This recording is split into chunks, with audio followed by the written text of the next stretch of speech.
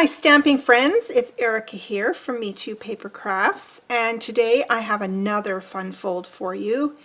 This, I have to tell you, is I think one of my favorites. Favorites because every time I make it, I never tire of it, and it's a very simple card to make with a little prep other than your, decoration that you have to do.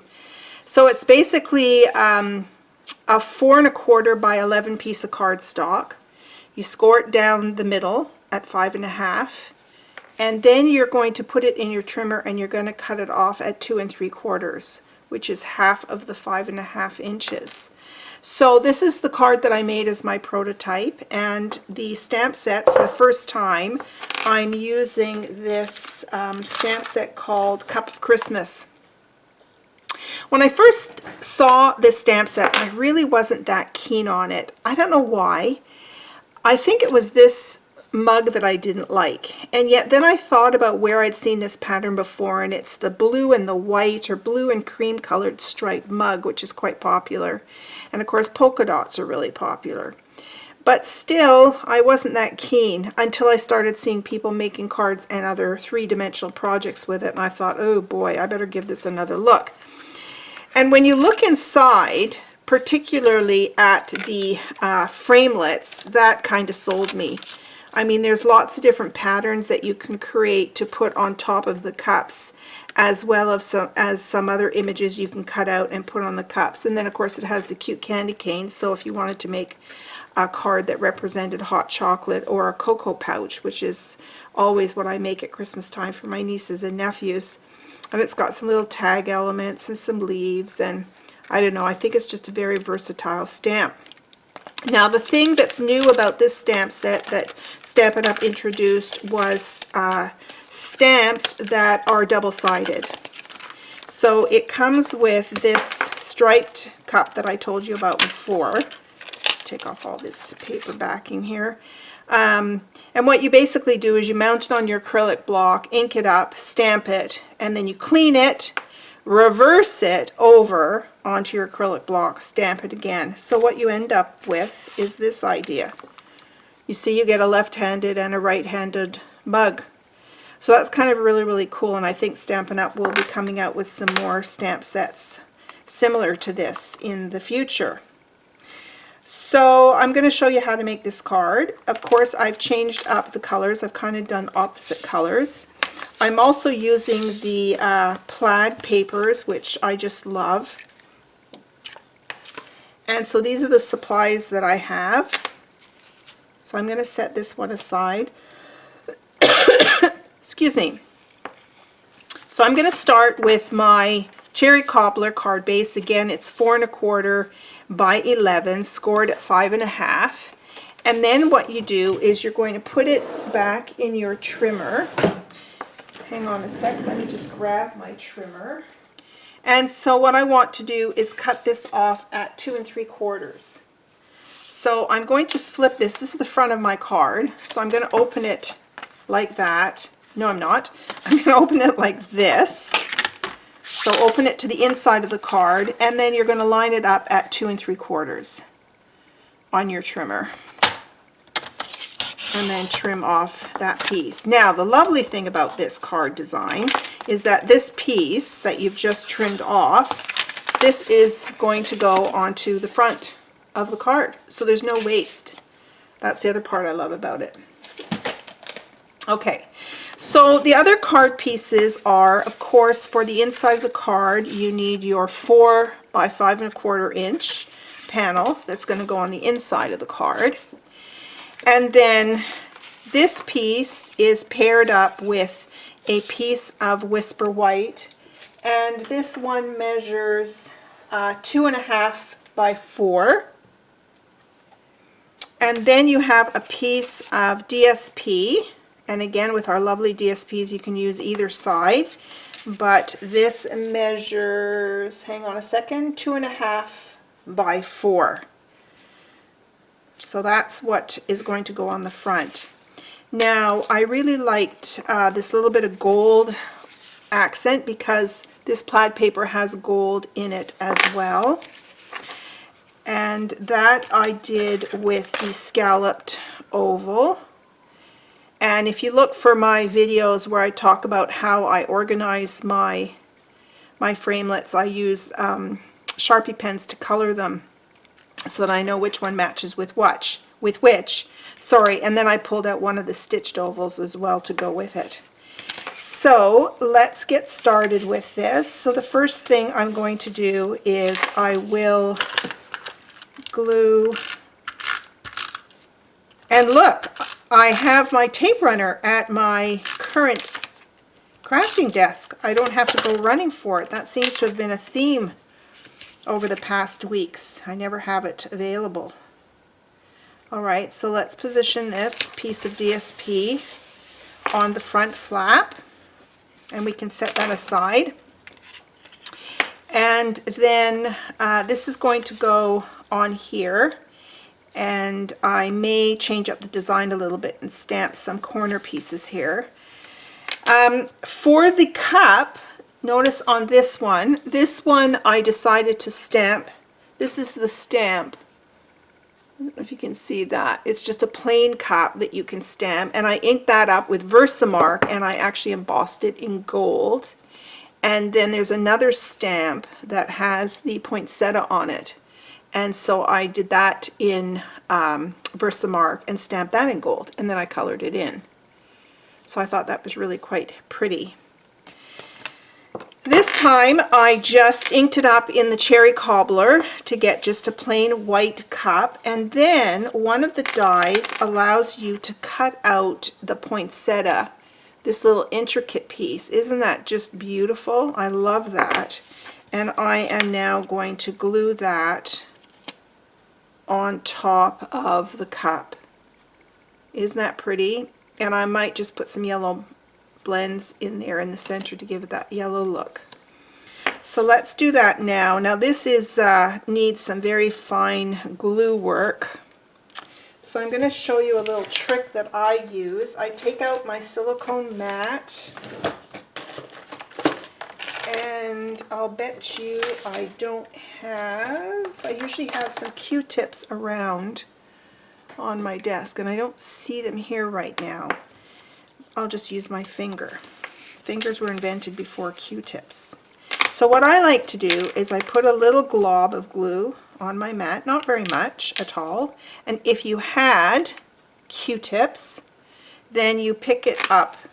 Now make sure you get this on the right side. When you cut out framelits, there is definitely a front and a back, so turn it over to the back, use your Q-tip or your finger, and then I just smuck on some glue.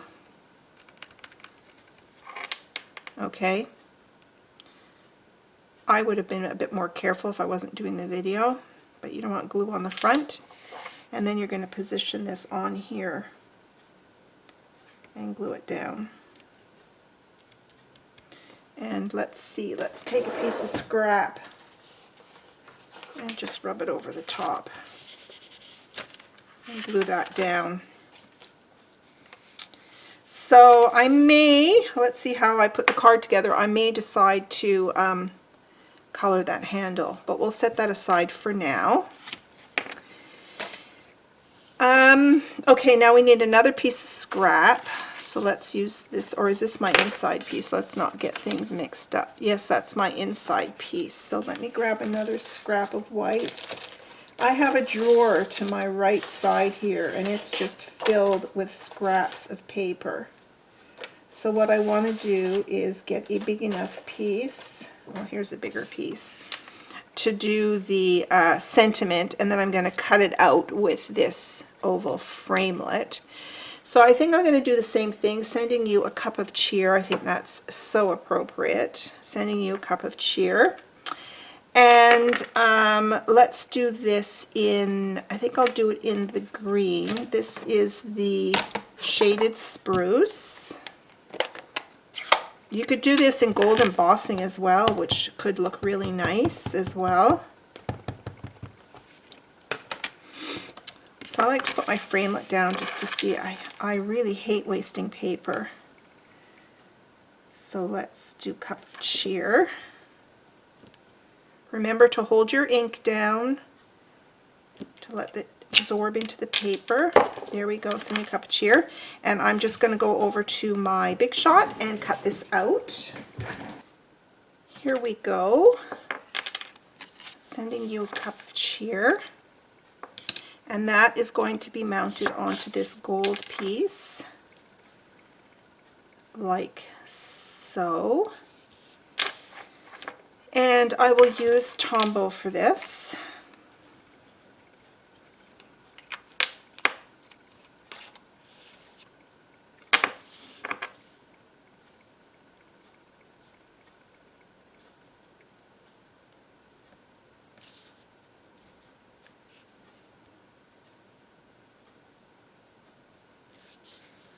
We'll set that aside to dry. And let's see, when I put this on top of this piece, looks a little plain, don't you think? So last time I used another little stamp. It's a little bit of holly and colored them in. There's another interesting stamp. It's got this green foliage on it. Let's give that a go and see how that looks. So I might put this in, let's see, the cup's going to go here, so maybe I'll put it up in this corner.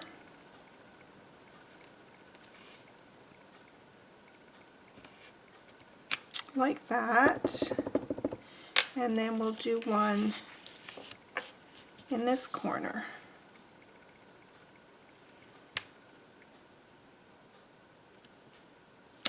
Let's see how that works out. So now I think I can attach this to my cherry cobbler piece.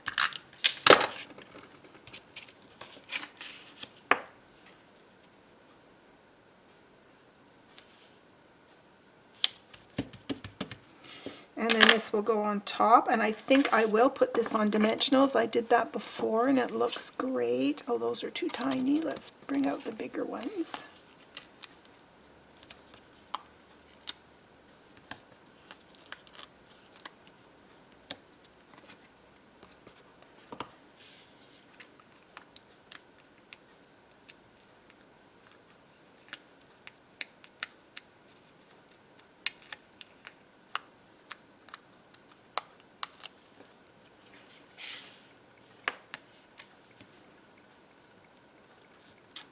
Try and center that up.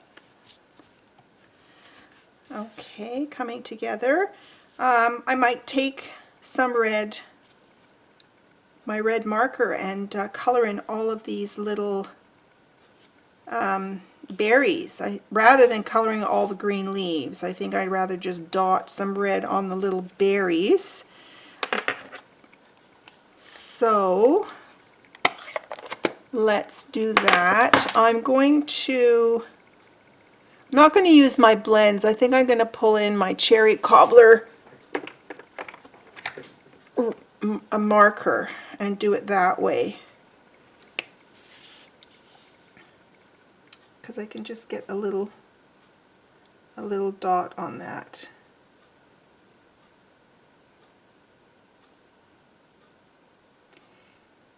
Might have been smart to do this before I mounted it and put the greeting on there, just in case somehow I made a big boo-boo, but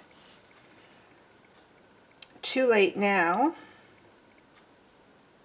If you keep your pen totally upright, you should just get the point on there.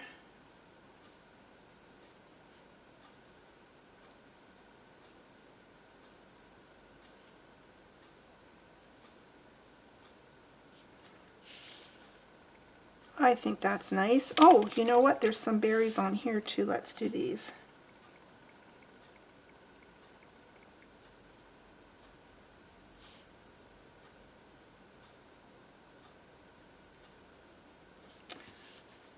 Okay.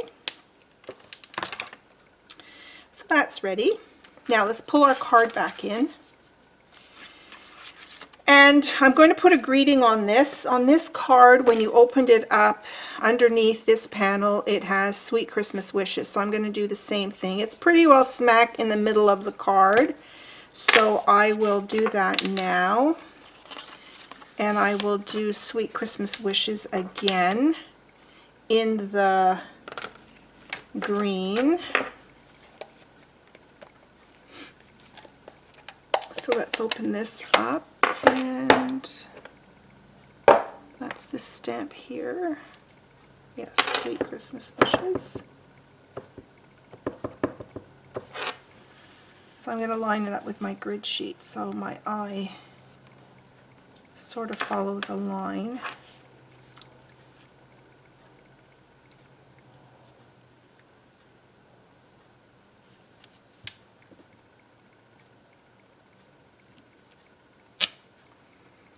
Voila. Let's close up the ink pad.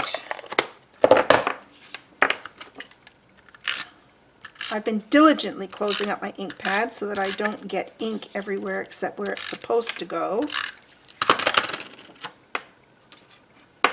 Even for as long as I've been paper crafting and stamping and using ink pads, I can still get ink just about anywhere.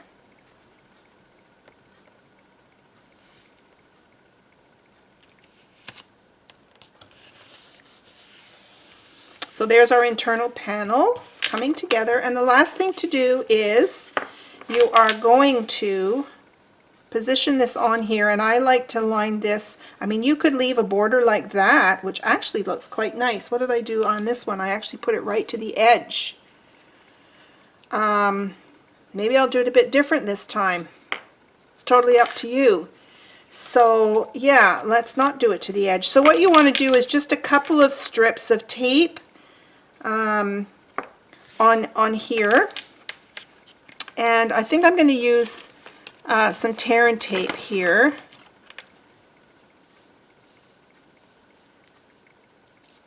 Make sure you do it at the right end. Yes, it's this end. We'll just do a couple of strips.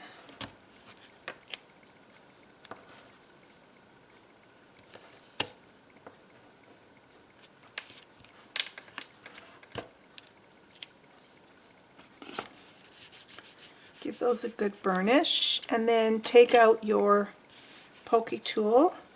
I hope some of you picked up a couple of extra ones when they went on sale. They no longer have this in inventory anymore, and I did buy quite a few because they seem to go walkies every now and then.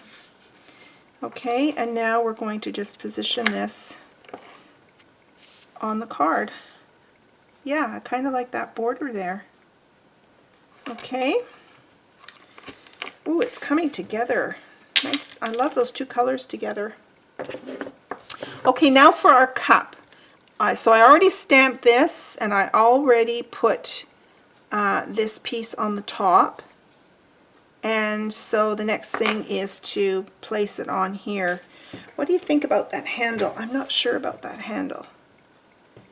I wish we had gold markers. That would be really cool. Actually, we have a bronze marker, but what does that look like? This is a Stampin' marker. It's bronze color, but I don't know. That might be a bit too dark. Okay, let's not do that.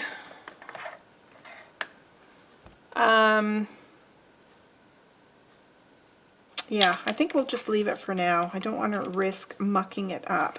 So we can put this, oh, I want to put some yellow in here, so I will pull out my blends.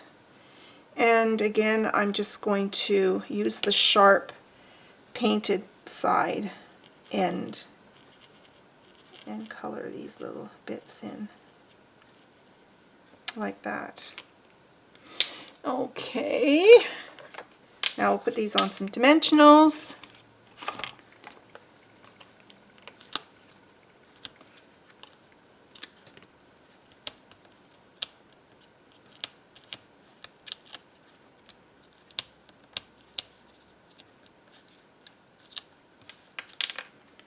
And put these on the card.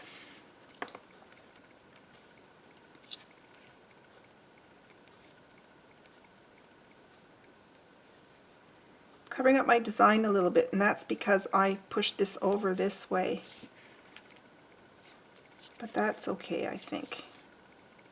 Oh, it really does go over the edge. Okay, so that's something to think about. Maybe I should have just left that at the edge. Too late now because that's tear and tape on there.